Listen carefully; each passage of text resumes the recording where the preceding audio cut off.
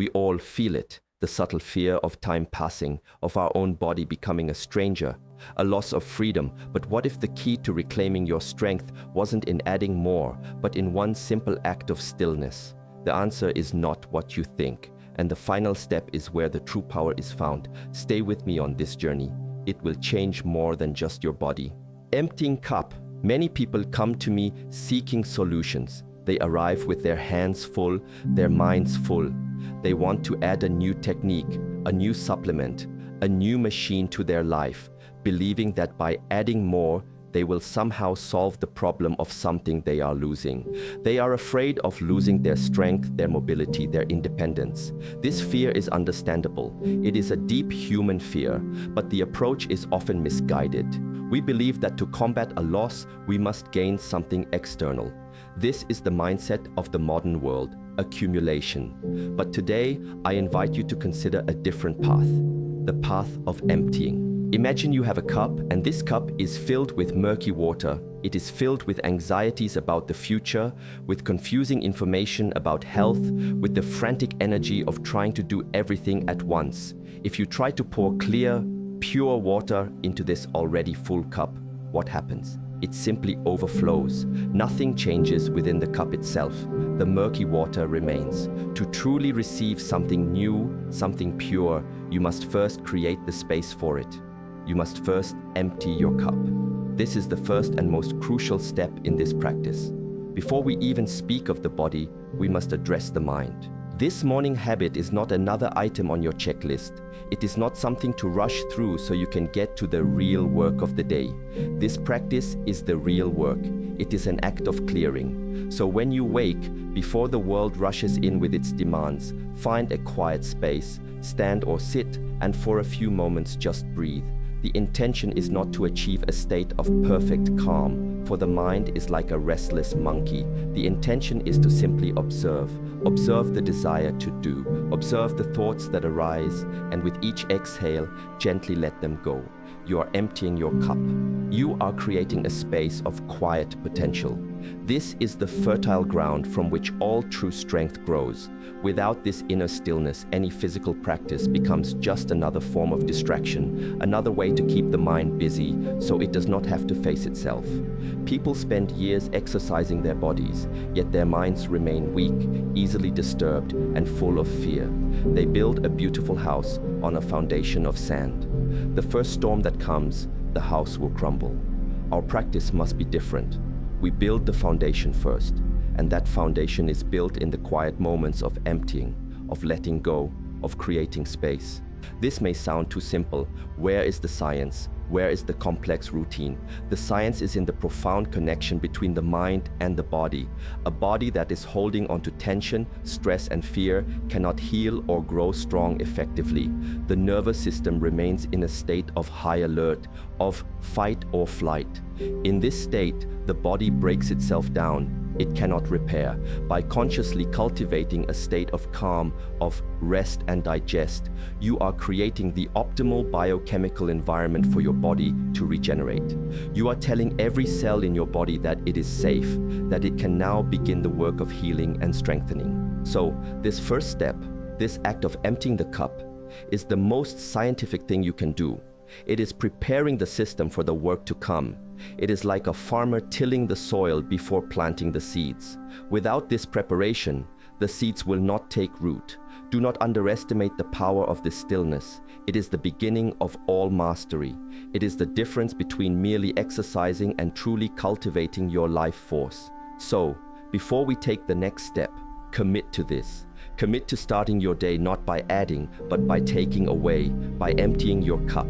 Rooted foundation. Now that we have created the space, we can begin to build.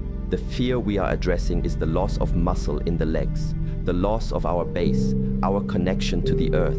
When the legs weaken, our world shrinks. We become hesitant, unstable. We lose our confidence to move freely through the world. The solution is not found in complex leg press machines or in running until we are exhausted. The solution is found in rediscovering our roots, in building a foundation that is not only strong, but also intelligent and alive. We will do this by learning to stand. It sounds simple, but to truly stand is a profound art. Think of an old tree, a great oak that has stood for centuries. It does not look tense. It does not look strained. It looks settled.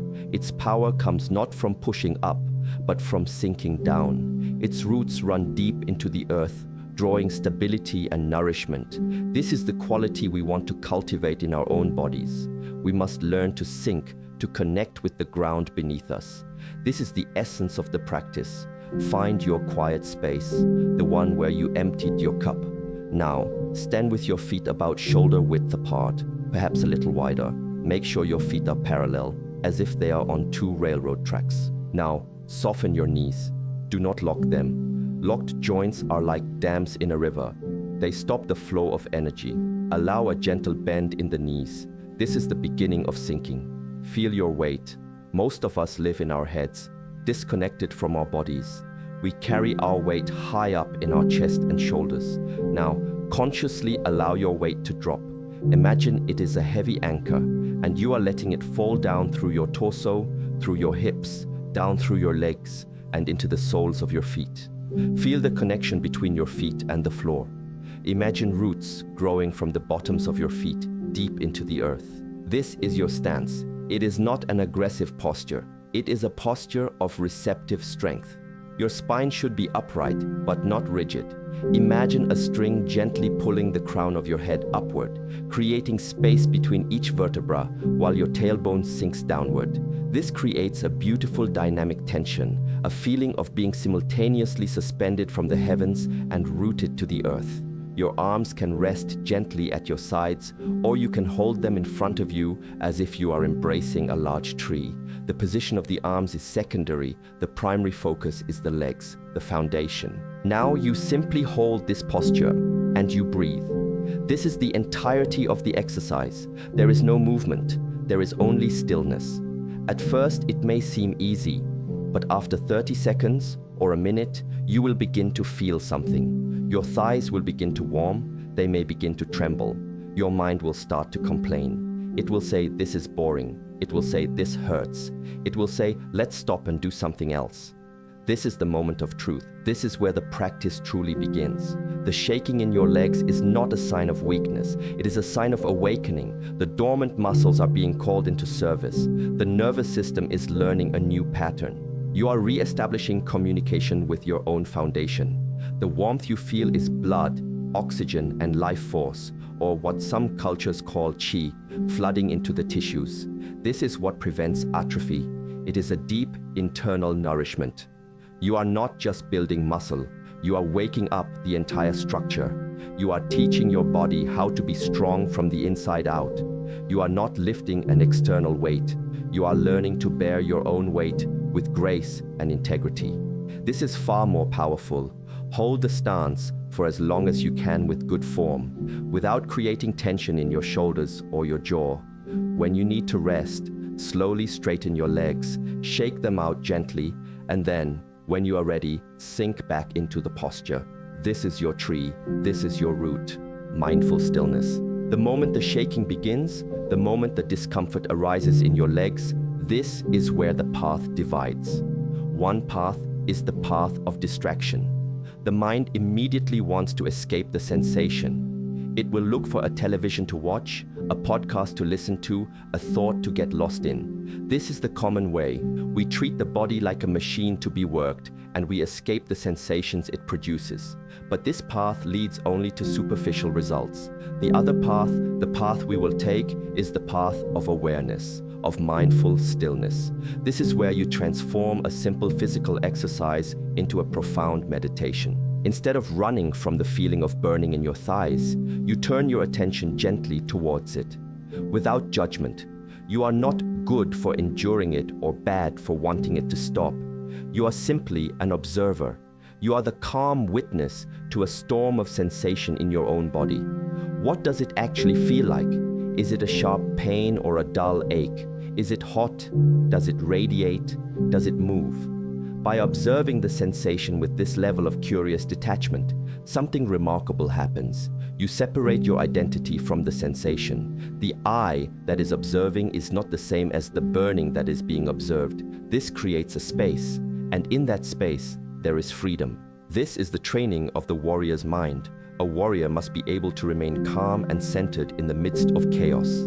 The chaos of a battlefield is no different from the chaos of intense physical sensation or the chaos of a difficult emotion. The training is the same: to stay present, to breathe, and to observe without reacting. As you hold your stance, your breath is your anchor. When the mind begins to scream, "I can't do this anymore," you gently guide your attention back to your breath. Inhale deeply, imagining you are drawing cool, calming energy into your body. Exhale slowly, imagining you are releasing the tension, the heat, the story of "I can't." You are not fighting the discomfort. You are breathing with it. You are allowing it to be there. This practice teaches you a profound lesson that extends far beyond this morning ritual. It teaches you how to be with difficulty. When a difficult situation arises in your life, a conflict at work, a worry about your family, a moment of sadness, you will have this training. You will have the capacity to sit with the discomfort, to breathe with it, and to observe it without being swept away by it. You will have cultivated an inner stillness that cannot be shaken by outer circumstances. This is the true strength that we are building. The muscles in your legs will grow strong, yes, but the muscle of your attention, of your equanimity, will grow even stronger. This is the part that most exercise programs miss entirely. They focus only on the hardware, the body, and they neglect the software, the mind. But the two are inseparable. A strong body with a weak reactive mind is a boat without a rudder. It is powerful but cannot be guided. It is at the mercy of every wave and every wind. Our aim is to become the captain of our own vessel, to be able to hold the course steadily, no matter how turbulent the waters become. So, when you are in your stance and the challenge arises, see it as a gift. It is an opportunity to train your mind. Do not push through it with brute force or grit.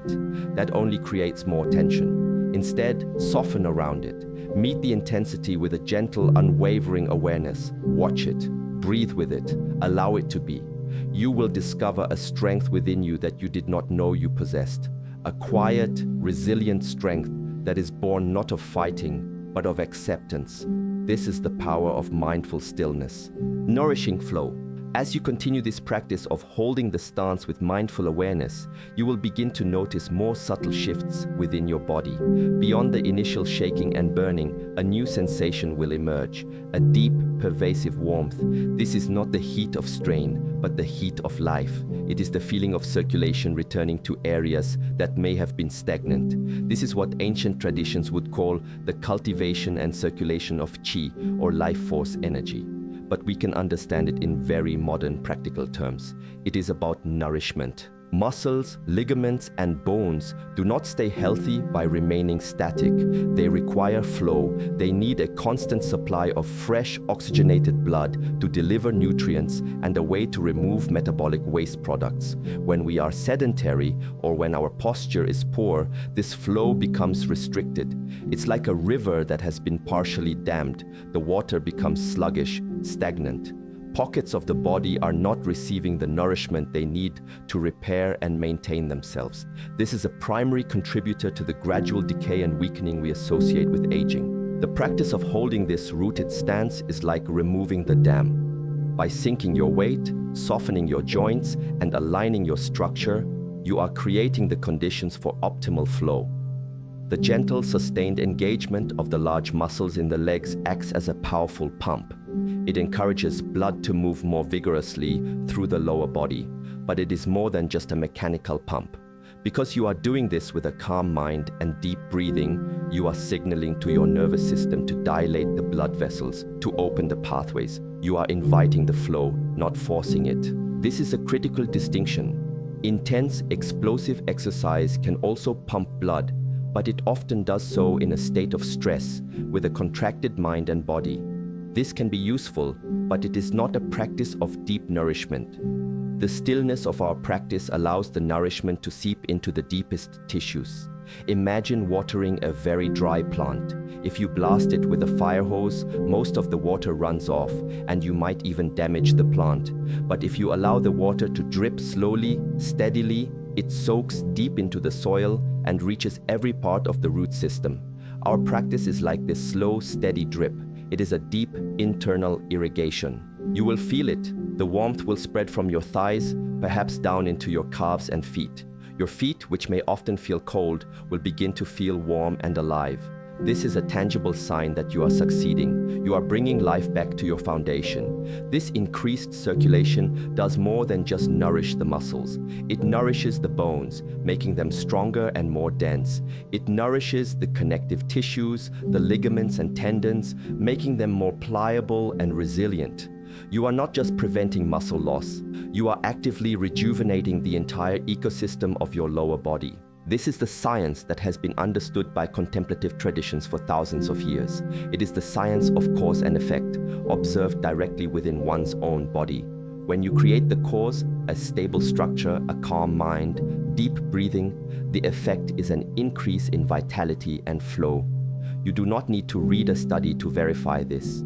You will become the living proof of it. Your own direct experience will be your guide. The feeling of warmth, of energy, of life returning to your legs is the only data you need. This is how you learn to listen to your body and become your own teacher. This is the path of nourishing flow. Structural integrity. As we deepen our understanding of this practice, we move from the feeling of flow to the principle of structure. The human body is a masterpiece of architectural engineering. But like any structure, it can fall into disrepair if its foundations are weak and its alignment is compromised. The habit of holding this stance is a daily practice in restoring and maintaining your body's structural integrity. It is about remembering the optimal blueprint for your physical self and consciously inhabiting it each day. The strength of your legs is not just for walking. Your legs are the pillars that support everything above them. Your pelvis, your spine, your internal organs, even your head, all of these rest upon the foundation of your legs. If that foundation is weak or unstable, the body will create compensations elsewhere. The lower back might tense up to create a false sense of stability. The shoulders might hunch forward. The neck might crane. These compensations are the source of so much chronic pain and tension that people experience. They are the body's desperate attempt to hold itself up in the absence of a true, rooted support system. By practicing our stance, we address the root cause of the problem. We are not just strengthening the leg muscles in isolation. We are re-educating the entire neuromuscular system on how to stand and bear weight efficiently and intelligently. As you sink into your posture, you are aligning your bones in a way that allows them to bear the load rather than relying on muscular tension. The phrase, "relax into the structure," is key here. You are not holding yourself up with effort. You are allowing your skeleton, properly aligned, to do the work. The muscles then can relax and simply provide stability and balance, rather than being in a constant state of low-grade contraction. Pay attention to your spine. As the crown of your head is gently pulled upward and your tailbone sinks, you create length. This decompresses the spinal discs, giving them space and allowing for better hydration and health. This simple vertical alignment, supported by a strong and stable base in the legs, is the key to a healthy back. Many people who suffer from lower back pain find immense relief from this practice because for the first time, their lower back is allowed to let go of its job as a primary stabilizer. The legs have taken back their rightful role. This is a transfer of responsibility. We are taking the burden off of the small, vulnerable muscles of the back and placing it onto the large, powerful muscles of the thighs and glutes, which were designed for this task. This is intelligent design. This is using the body according to its owner's manual. When your structure is aligned, everything works better. Your breathing becomes deeper and more effortless because your diaphragm has more room to move. The internal organs are no longer compressed. They can function optimally. You are creating a state of internal harmony through external alignment. Think of it as tuning an instrument. If the instrument's frame is warped, the strings can never be brought into perfect harmony. They will always sound dissonant. Our body is our instrument. This daily stance practice is the act of tuning our frame. We are ensuring the structural integrity is sound so that the music of our life force can flow through us without obstruction. This is a profound act of self-care. It is a declaration that you are not a random collection of parts, but an integrated, intelligent whole. By building your foundation, you are ensuring the longevity and health of the entire temple. Daily ritual. For any practice to create lasting change, it must be woven into the fabric of daily life. It cannot be something we do only when we feel motivated or when we have a spare hour. It must become a ritual, a non-negotiable appointment with ourselves. The power of this one morning habit lies not in its intensity, but in its consistency. Like water dripping on a stone, it is the relentless, gentle repetition that carves new pathways in our body and our mind. The morning is the most powerful time for this practice. The mind is relatively quiet, not yet cluttered with the day's concerns. The body is rested.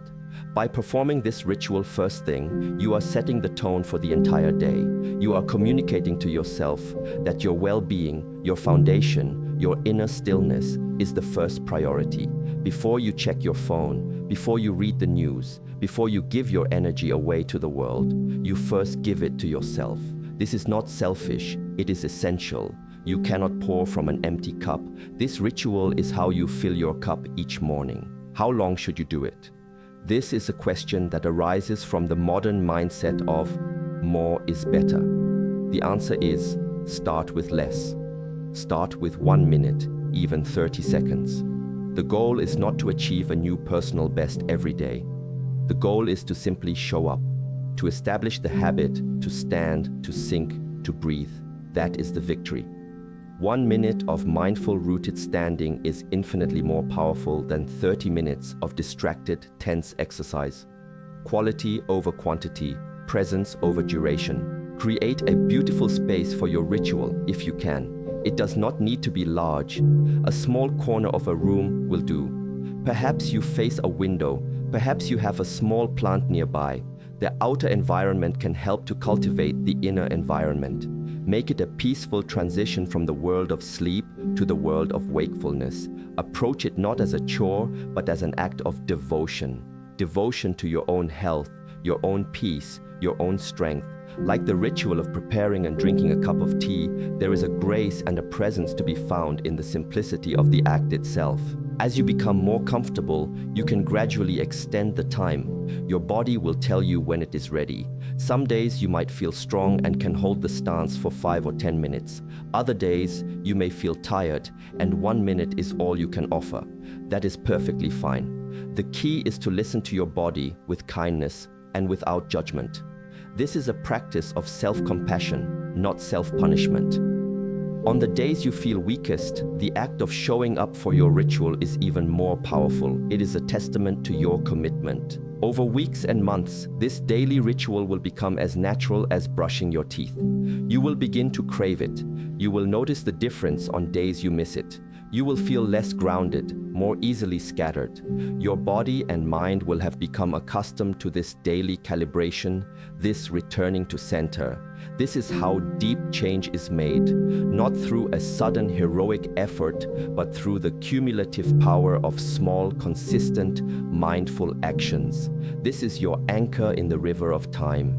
A simple, profound ritual to ground you, to strengthen you, and to connect you to the earth each and every day. Inner strength.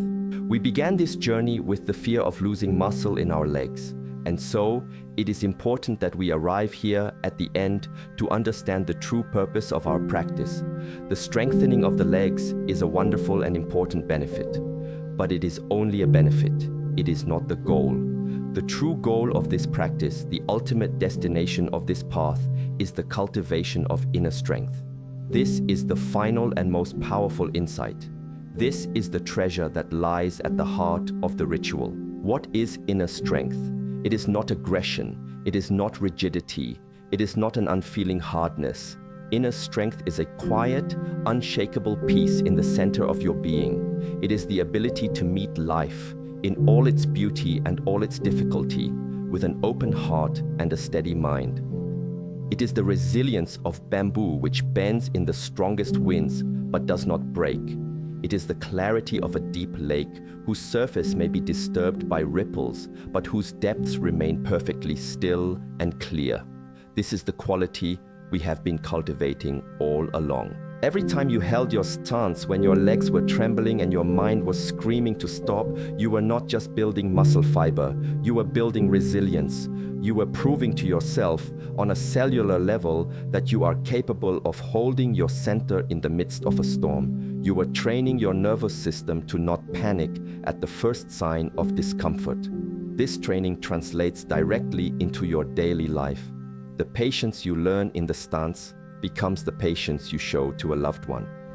The resilience you build in your thighs becomes the resilience you have when facing a health challenge or a financial worry. The fear of aging at its core is a fear of losing control, a fear of becoming fragile, of being at the mercy of circumstances. This practice turns that fear on its head. It gives you a profound sense of agency over your inner world. While you cannot control the world outside of you, you learn that you can control your response to it.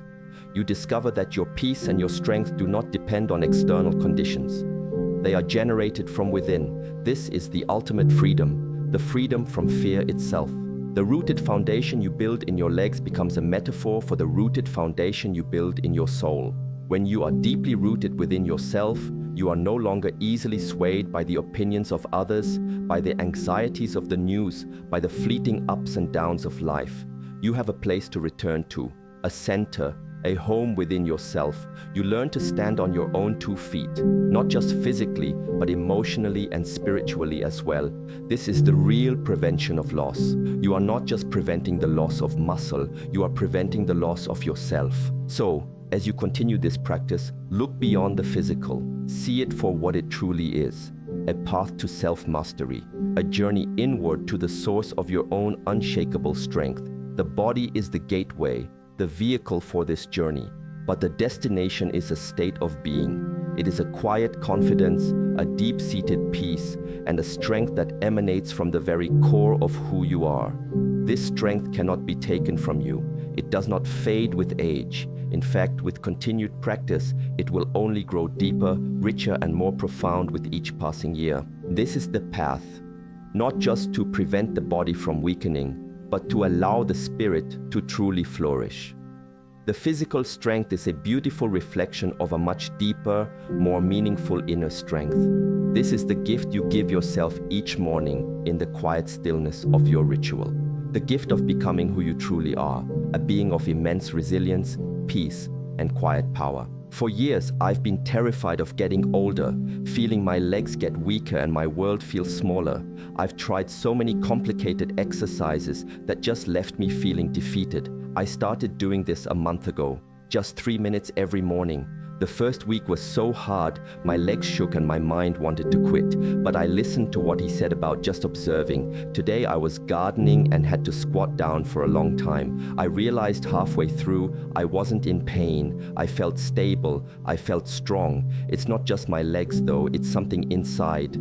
I feel calmer, like I can handle things. I can't really explain it. Thank you for this. You've given me back more than just strength in my legs.